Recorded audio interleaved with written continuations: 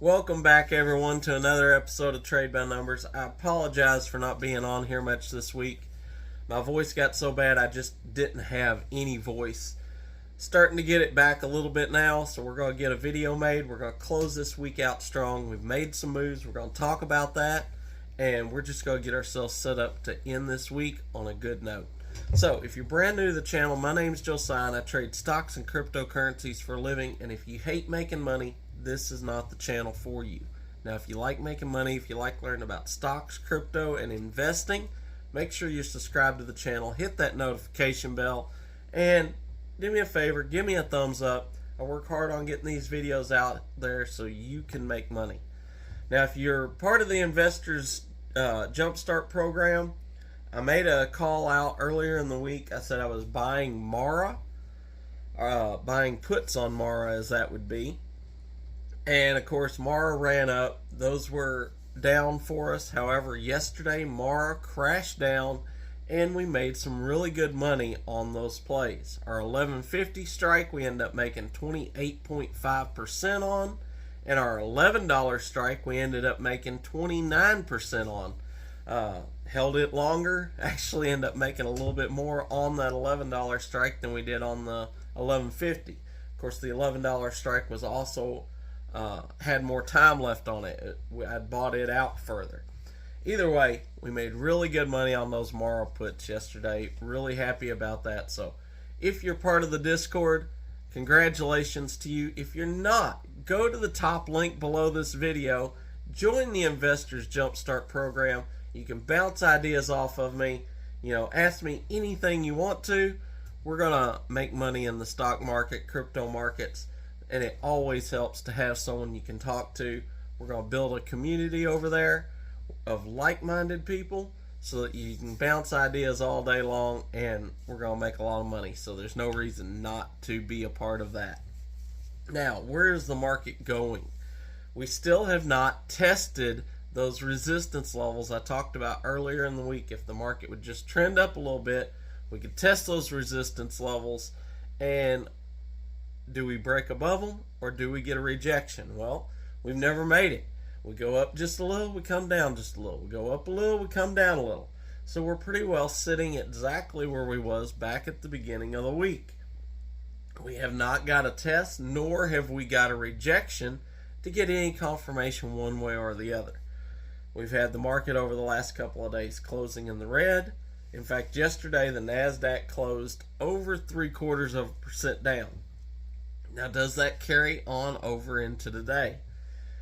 Quite frankly, here lately, we've been having rallies on Fridays. Normally, I expect to see sell-offs on Fridays, but that's not what we've been having going on lately. Will that trend break today? We've got the S&P sitting flat in the pre-market. Actually got the SQQQ showing that it's in the green almost 0.5% this morning. So if the market does sell off, which is kind of what I'm leaning toward, I don't have a crystal ball, but I am leaning toward the market continuing down at this point.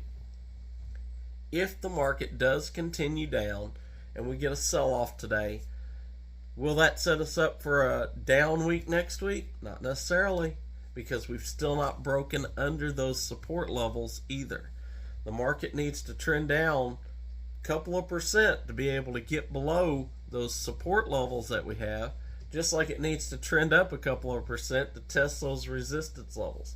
We're sitting right in the middle of the trend. We got to get a breakout one way or another to get confirmation. However, at this point, you know my plan. I'm still buying puts on the TQQQ every time the market has a rally day.